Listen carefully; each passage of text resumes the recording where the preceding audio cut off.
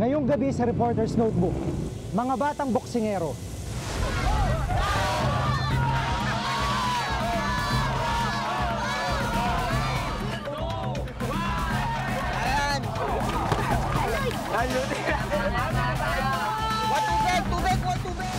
At ang mga kaso ng election-related violence.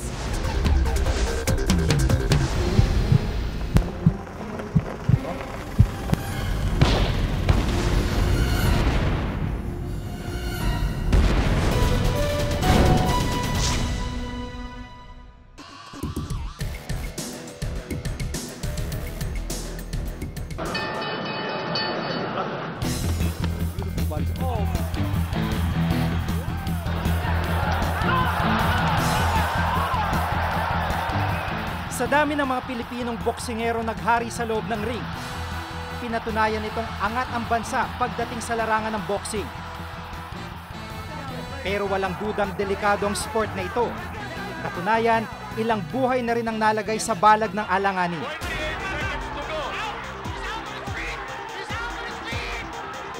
Ayaw nang magising ang bata. Dapat dali na yan sa ospital. Pero tila hindi ito sapat na dahilan para pigilan ang mga nagnanais na pasukin ang larong ito, maging ang mga kabataan.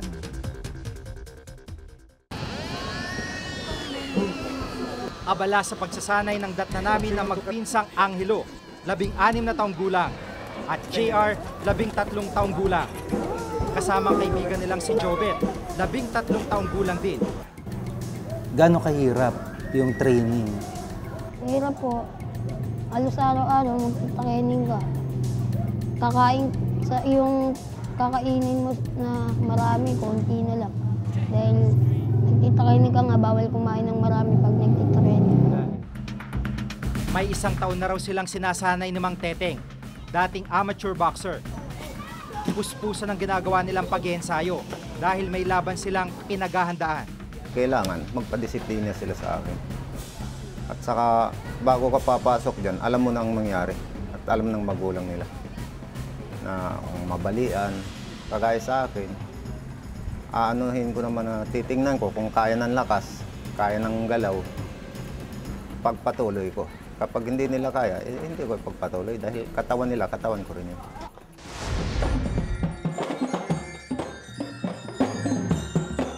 Ang pista ng San Ildefonso sa Navotas kung saan ang tampok sa laban ng boxing ay mga kabataan.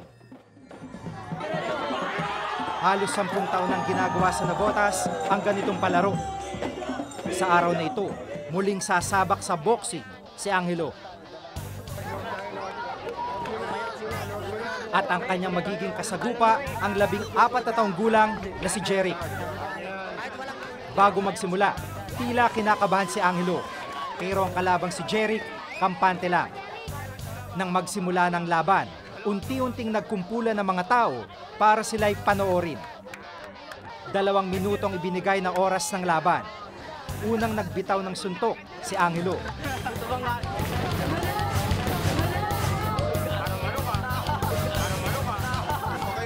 Agad namang nakaganti si Jeric at nagpaulan ng sunod-sunod na suntok. Walang magawa si Angelo, kundi ang dumepensa. Pero hindi pa man tuluyang umiinit ang laban, tila umaayaw na si Angelo. Nabayagan ako. Pagsusugod habang Laki nung kalaban, matanda na yun eh. Upang makabawi ng lakas si Angelo, itinigil muna ang oras at maya-maya pa, muling itinuloy ang laban. Sa oras na ito, tila hindi tinatabla ng kalabang si Jeric ng mga suntok ni Angelo. Sa pangalawang pagkakataon sa kanyang 12 laban, natalo si Angelo. Gaano kahirap? Kwento mo, pag tinatamaan ka. Pag tinatamaan po ako, nakakaiyak. Tapos maluluwa ka sa sobrang sakit. Kaya, lalo na pag malabang ka pang walang kahit sakit po. Sabihin ko lang, ayaw na mag-boxing. Ayaw na ulit mapasagin ng mukha.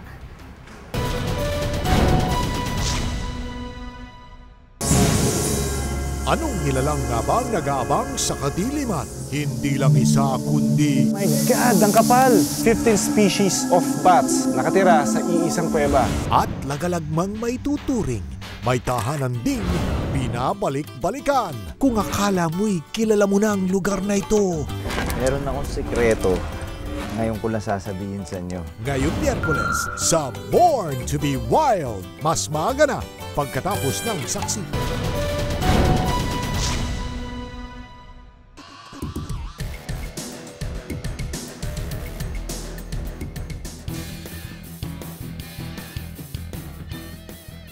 Sumunod namang lumaban ang pinsang si JR.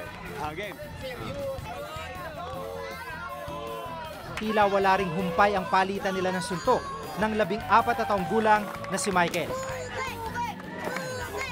Hanggang mapatumba ni JR ang kalaban.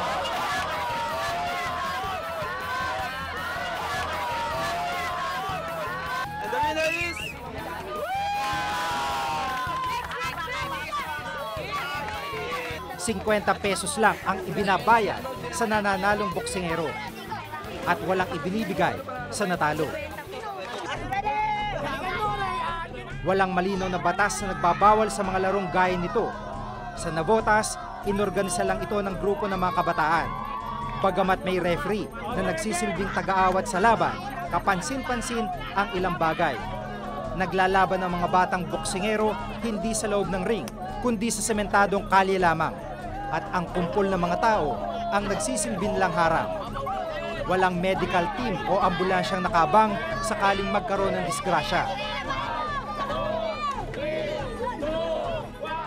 Samantalang ang mga gloves sa mga boksingero naman, luma na at wala rin silang anumang protective gear na suot tulad sana ng mouthpiece na magsisilbing proteksyon sa kanilang mga ngipin.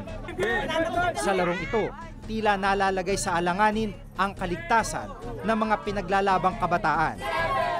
Aminado ang mga nag-organisa na kulang sila sa mga gamit tuwing idaraos ang labang gaya nito. Kulang po kami kasi sa budget eh. Kaya gloves lang din napagamit namin sa mga bata. Pero sinisiguro naman daw nilang ligtas ang bawat laban. Yun lang naman din yun eh. Kasi dire-diretso naman yun, 2 minutes, pwede naman namin awatin din yun. Ayon sa Salinlahi Alliance for Children's Concern, isang organisasyong nagsusulong sa karapatan at kapakanan ng mga bata, bagamat hindi direktang ipinagbabawal ang mga larong gaya nito, malinaw na naabuso mga batang pinaglalaban sa ganitong uri ng laro. Sa RA 7610, which is the Child Protection Act, ang exploitation at abuse, may issue din dyan ng neglect. Kailangan tingnan yung paano tinitiyak ng mga organizers ng boxing bouts na to na may malinaw na proteksyon yung mga batang sumasali. So, which I doubt is fully available.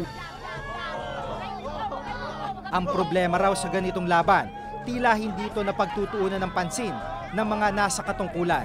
Doon mo masasabing may malaking problema ng sins of omission.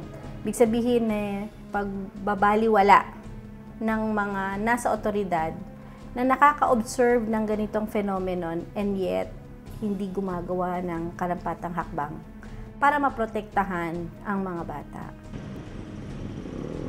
Ang mas masaklap, mukhang pinapahintulutan pa ito ng mga opisyal ng barangay. Depensa nila, hindi naman daw nagkakasakitan ang mga batang pinaglalaban. Hindi na sila nanghingi ng permit dito kasi kumbaga sa laro lang naman yun, katuwaan lang ng mga bata. Kahit matatanda may nakita ko ibang barangay, alam ko hindi nagpapaalam din sa mga kapitan. Actually, first time ko na narinig na may boxing pala ng mga bata sa kalsada pag fiesta. Pag may nag-request ng mga permits na para isara yung kalsada, papaspecify na natin kung ano talagang palaro ang gagawin nila.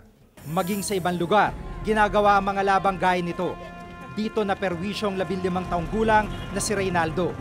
Dahil sa lakas ng mga suntok na kanyang natamo sa kalaban sa isang pista noon sa Tondo, natanggal ang kanyang mga ngipin. Lagi niya pinipuntirya dito. Alam mo, umayaw na po ako. Kasi masakit na po eh. Hindi ko na po kaya. Matapos nito, hindi na siya muling lumaban. Ngayon ko lang. Ayoko na mag-boxing. Ayoko na ulit mabasagin ng mukha. Si Angelo naman, minsan na raw naranasang pumutok ang kanyang ulo at nasugatan sa kilay sa isang laban noon. Malaki po yung nakalaban ko at saka bato-bato yung katawan. Kaya nagkataon po, hindi ko po kanaya. Nagkaputok-putok po yung mukha ko, tapos dito po natin. Ito po, sa ulo po. Yung peklat na yan? Apo. Ano yung peklat na? Yung pagsapak po sa akin, pumutok po yung ganito. Ganun kalaki? Apo. Walang dudang may panganib ang mga gantong uri ng laban, pero hindi raw ito nababantayan at tila pinapayagan pa. Kasi sa maraming kaso ng violence, mapa local level sa isang barangay hanggang sa national level, hindi na hold accountable ang perpetrators ng violence. Hindi na ki-question yung pinalalaganap na violent culture.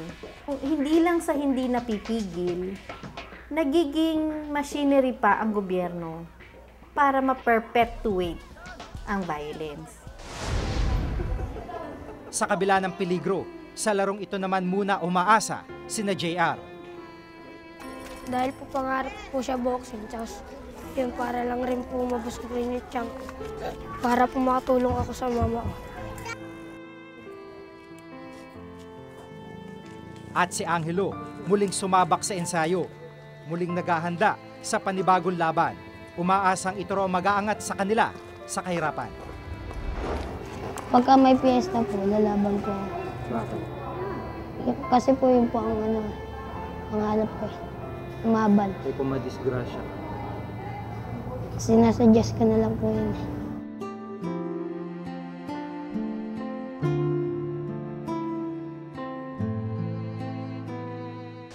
May panganib ang boxing. Pero kung pinapalala nito ang sitwasyon dahil sa mga kakulangan, tiyak na naghihintay ang kapahamakan. Ako si Jiggy Manica.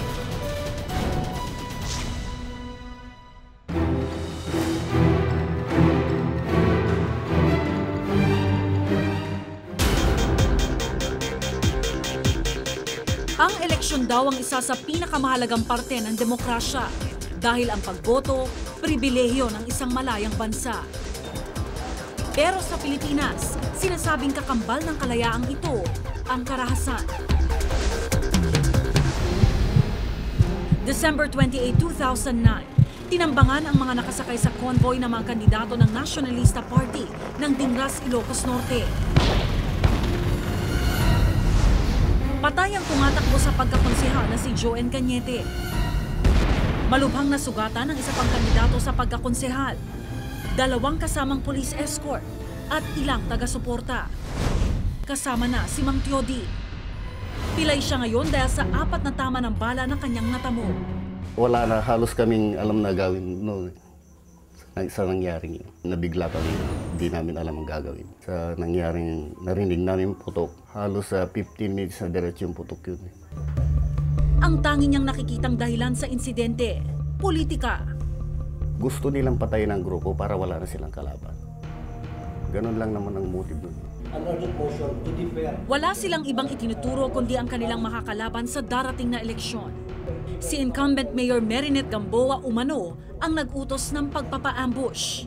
Gusto ng mayor namin na mag-stay sa power dahil yan ang sinasabi niya na walang papalit sa kanya. Bakit ako alis? Samantalang ang tao ang nagpaupo sa akin. Walang basis pa para si Sagid i-accuse kami. Yung mga sinasabi niya, haka-haka lang niya yun. Sino man ang may kagagawan, naglabas na ng paunang ulat ang Philippine National Police o PNP sa lawak. As yun from the facts of the case, lumalabas talaga na politically related yung ambush. Sa ngayon, nagsampa na ng reklamo sa piskal ang mga biktima. Ayon sa Vote Peace, isang non-government organization na nagsusulong ng maayos na eleksyon, tuwing eleksyon, tila ordinaryo na lang daw ang karahasan. Bumabaling daw sa dahas ang ilang politiko dahil ayaw nilang umalis sa kapangyarihan. Kalakhan ng mga incidents ng violence ay rural. Bakit rural? Malaki yung nakasalalay. Una pa lang, ang isang 15 million halimbawa na worth ng internal revenue allotment annually para sa isang rural na setting at rural elite, malaking bagay yon. Liban sa era, yung mga karugtong na influence niyan, sabihin na lang natin weteng, control sa tax, control sa iba pang resources na nanggagaling sa national halimbawa. Ang ilang political dynasties daw, para masiguro na mananatili ang kapangyarihan sa angkan, nagbubuo ng private army. Tauhan noon si Robin ng naghaharing politiko sa kanilang lugar. Nakakulong siya ngayon para sa ibang kaso. Pero tandang-tanda pa raw niya ang mga detalye ng pagtatrabaho niya sa kanyang boss noon. Mula sa pagiging isang magsasaka, nagiging miyembro raw siya ng private army tuwing eleksyon. 30,000 pesos ang bayad sa kanya para sa isang araw na pagmamalupit sa mga botante. Iboboto mong ganitong tao. Kung hindi mo iboboto yan, babalik kami at papatayin kita. Kapag daw may kalabang gustong ipatumba ang kanilang amo, milyon ang paghahatian nila sa grupo. Kung sa mayor, malaki yan. Mga 1.3 gano'n, ma'am. Kukonsensya na ako, ma'am. Pero yun ang inuutos kung hindi mo sundan yung utos ng boss mo, ma'am, baka ikaw ang pinapatay, ma'am. Ang mga grupo raw gaya ng kinabilangan noon ni Robin ang isa pa raw sa mga dahilan kung bakit hindi matigil ang dahas sa eleksyon. Ang pare-parehong kandidato, equal na sa resources, pera, parehong gumagastos Ano yung pwedeng pang-break doon? Ang pwedeng mag-break na doon kung sino yung may matapang na sikmura para sa dugo. May kultura raw ng karahasan sa mga politiko. Nangingibabaw naman ang kultura ng takot sa mga mamamayan. Alam nilang may violence, alam nilang may kakayahan yung mga leader nila na gumawa ng violence. Para sa kanila, ay ano magagawa namin? Napakarami ng pangyayari ng karahasan na may uugnay sa eleksyon ang naganap sa bansa. Mula 1992 hanggang 2004, 200% ang itinaas na mga kaso ng Election-Related Violent Incidents o ERVI. Noong 2009, nagkaroon ng 34 na kaso ng politically motivated violence. Hindi kasama rito ang massacre sa Maguindanao at ang ambush na nangyari sa Dingras. Hindi nangyari sa panahon ng election period ang mga ito, kaya hindi pa isinasama sa bilang ng ERVI ng Philippine National Police o PNP. Isa pa ito sa itinuturong problema ng vote peace. Ang pagkontrol sa election violence dapat hindi lang sa panahon ng election period. Na yun yung ginagawa ngayon. Ang monitoring ng election violence ay panahon lang ng during the election period. Ibig sabihin from January 9 to June 10. Dagdag ng vote peace, kritikal ang eleksyon 2010 dahil ito ang kauna-unahang automated election ng bansa. Ang botong hindi raw makukuha sa pandaraya sa balota, maaaring kurasahang kunin sa pamamagitan ng dahas. Hindi natin mapokontrol yan. I would say the violence is outside the automation. It's not whether there's automation or no automation, violence can come in. Para mapigilan ang karahasang maaaring mangyari, ilang proyekto ang inilunsad ng Philippine National Police o PNP. Sa ngayon bagamat kahit na yung mga bagay lang na yan, na gun ban at saka checkpoints, sa totoo lang kulang yan, pero maggawa lang yung mga yan seriously at with disposition at saka will.